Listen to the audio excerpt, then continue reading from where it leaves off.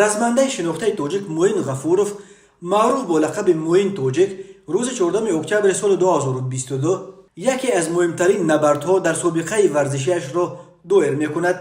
نبرد موین با رقیبش از برزیلیا دیگو سیلوا برای کمربند و عنوان قهرمان لیگ LFA در وزن از هم سبک 61.2 کیلوگرم در ورزشگاه سانفورد پنتاگون در شهر سوی فولز ایالات داکوتای جنوبی آمریکا برگزار می شود. این نبرد برای موین غفورов خیلی مهم است چون که پیروزی بر رقیب برزیلیایش دیگو سیلوا او را نه فقط سزاوار کمربند قهرمان لیگ LFA می کند بلکه راهش را برای دریافت رخصت به UFC هم می کشاید. LFA بعد UFC از لحاظ اعتبار در جهان محاربه های بدون قاعده در جای دوم می ایستد و قهرمان های LFA معمولا با لیگ UFC هم قرارداد بسته به آن می گذرند. اگر موین توجیک روز 14 اکتبر غلبه کند او می تواند دومین رزمنده از تاجیکستان در لیگ UFC شود.